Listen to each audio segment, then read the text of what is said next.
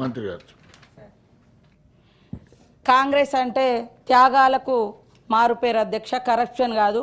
ఈ రాష్ట్రం పరువు మేము తీయలేదు, మీ కుటుంబం తీసుంటుంది, మీరు తీసుంటారు తప్ప మేము తీయలేదు.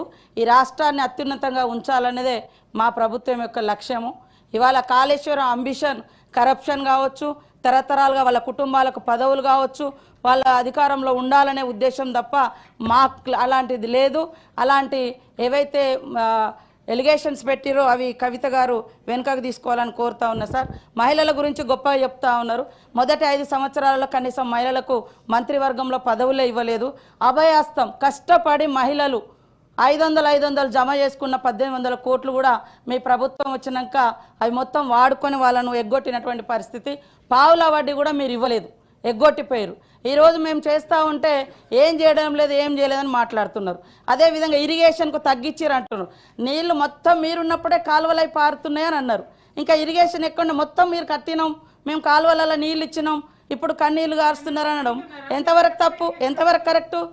మీరు అన్నారు కదా మొత్తం కాలువలలో నీళ్లు మీరు దవ్వుతాయి, కాలువలు దవ్వుతాయి, మేమేమన్నా మూసేసినామా సార్? కాలువలు ఏమన్నా మూసేసినామా? అట్లనే కరప్షన్ అంటున్నారు. కరప్షన్ మీ డిఎన్ఏలో ఉంది, మీ పార్టీలో ఉంది. మీరు ఇష్టానుసారంగా ఎస్టిమేషన్స్ పెంచి మీరు దోసుకొని తిన్నారు, మేము కాదు. అదేవిధంగా నోటిఫికేషన్ల గురించి మీరు ఇచ్చిన నోటిఫికేషన్లు ఎవరు అడ్డుకున్నారు సార్ ఉద్యోగాలు ఇవ్వకుండా? మరి ఇప్పుడు ఎట్లా అవుతున్నాయి? ఇవాళ 59,000 ఉద్యోగాలు ఇచ్చినటువంటి వాస్తవాన్ని కూడా మీరు గుర్తించలేకపోతున్నారు. ఇవాళ కారుణ్య నియామకాలంటే చనిపోయిన వాళ్ళ గురించి కనీసం మీరు పట్టించుకోలేదని నిన్న మాట్లాడండి సీఎం గారు. 7-8 సంవత్సరాల నుంచి పెండింగ్లో ఉంది. మేము ఆశలను పిలిచి ఆశా వర్కర్లను ఎట్లా కొట్టిర్రు, ఎట్లా సూదులతో కూర్చుతారన్నారు, ఇవన్నీ ఎట్లా మాట్లాడిరు? కాబట్టి అవును మీరు అన్నీ చేస్తే మరి మిమ్మల్ని అందరూ అక్కడ ఎందుకు కూర్చోబెట్టిర్రు? ఇవాళ 1% తోటే అంటున్నారు. మీరు అధికారంలోకి వచ్చినప్పుడు 63 సీట్లు వచ్చినాయి. మీరు అధికారంలోకి వచ్చేటప్పుడు 63 సీట్లతో వచ్చారు. ఇప్పుడు మేము 65 సీట్లతో ఉన్నాం.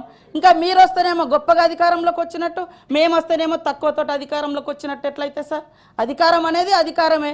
సీట్లు ఇచ్చిర్రు అదే అంటున్న వాళ్ళు ఎంతసేపు మేము గొప్పోళ్ళం. అరే 10 ఏళ్ళల్లో మీరు 10 ఏళ్ళల్లో ఎన్ని ఇళ్ళు ఇచ్చిర్రు? మీరు ఫస్ట్ సారి 10 ఏళ్ళలో వచ్చినప్పుడు 10 ఏళ్ళల్లో అరే మేము ఇయ్యలే, ఉమ్మడి రాష్ట్రంలో అది సరిగా జరగలేదని తెలంగాణ కోసం కొట్లాడి తెచ్చుకున్న తెలంగాణలో మీరు అద్భుతాలు చేస్తా అన్నారు. మీరు మొదటిసారి ఏం చెప్పిర్రు? ఇల్లు సింగిల్ బెడ్రూమ్లు, చిన్న ఇల్లు ఎక్కడ పడుకుంటారు అది అని చెప్పిర్రు. మీరు వచ్చిన తర్వాత ఇల్లే ఇయ్యలే.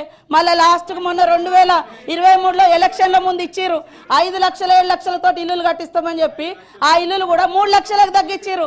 3 లక్షల ఇల్లులు కూడా 3 అంతస్తులోనికి ఇస్తే అందుకనే మిమ్మల్ని ఇళ్లలో పంపించారు. కాబట్టి ఈ రకమైన మేము వచ్చి 1.5 year కూడా అయితలేదు. పదే ఏమైంది? మేము ఫ్రీ బస్ ఇస్తే మీరు ఓర్వలేరు అవుతుంది, మేము ఇల్లు ఇస్తే ఓర్వలేరు అవుతుంది, మేము ఉద్యోగాలు ఇస్తే ఓర్వలేరు అవుతుంది. పదే ఈ రకమైనటువంటిది.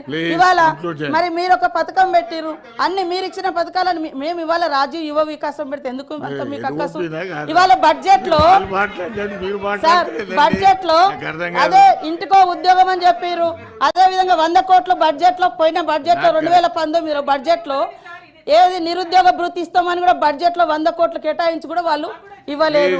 ఇట్లాంటి ఎన్నో ఉన్నాయి. కాబట్టి కరప్షన్ లేదా రాష్ట్రం పరువు మేము తీయలే, వాళ్ళ పార్టీ వాళ్ళు తీసిరు. అందుకనే ప్రజలు అర్థం చేసుకున్నారు, ఆ రకంగా చేసారు. కాబట్టి ఇలాంటి తప్పుడు ప్రచారం, తప్పుడు మాటలతోటి సంకలు గుద్దుకోవడం మంచిది కాదని చెప్తున్నా. ఉన్న వాస్తవాలు మాట్లాడు. అప్పులు కూడా FRBM ప్రకారం 4.5 లక్షలు పైగా తెచ్చిర్రు. మిగతా కార్పొరేషన్ లోన్స్ ఉన్నాయని మేము స్పష్టంగా చెప్తున్నాం.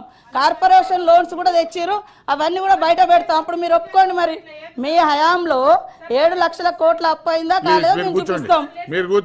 సీఎం గారు బరాబర్ చెప్పిండు అప్పులకు వడ్డీలు కడుతున్నామని. అయినా కూడా అదే రకంగా మాట్లాడు. ఈ రాష్ట్రం పరువు మేము తీయలేదు, ఆడోళ్ళ పరువు అసలే తీయలేదు, మేము తీయలేదు సార్. మల్లన్న గారు ధన్యవాదాలు అధ్యక్ష.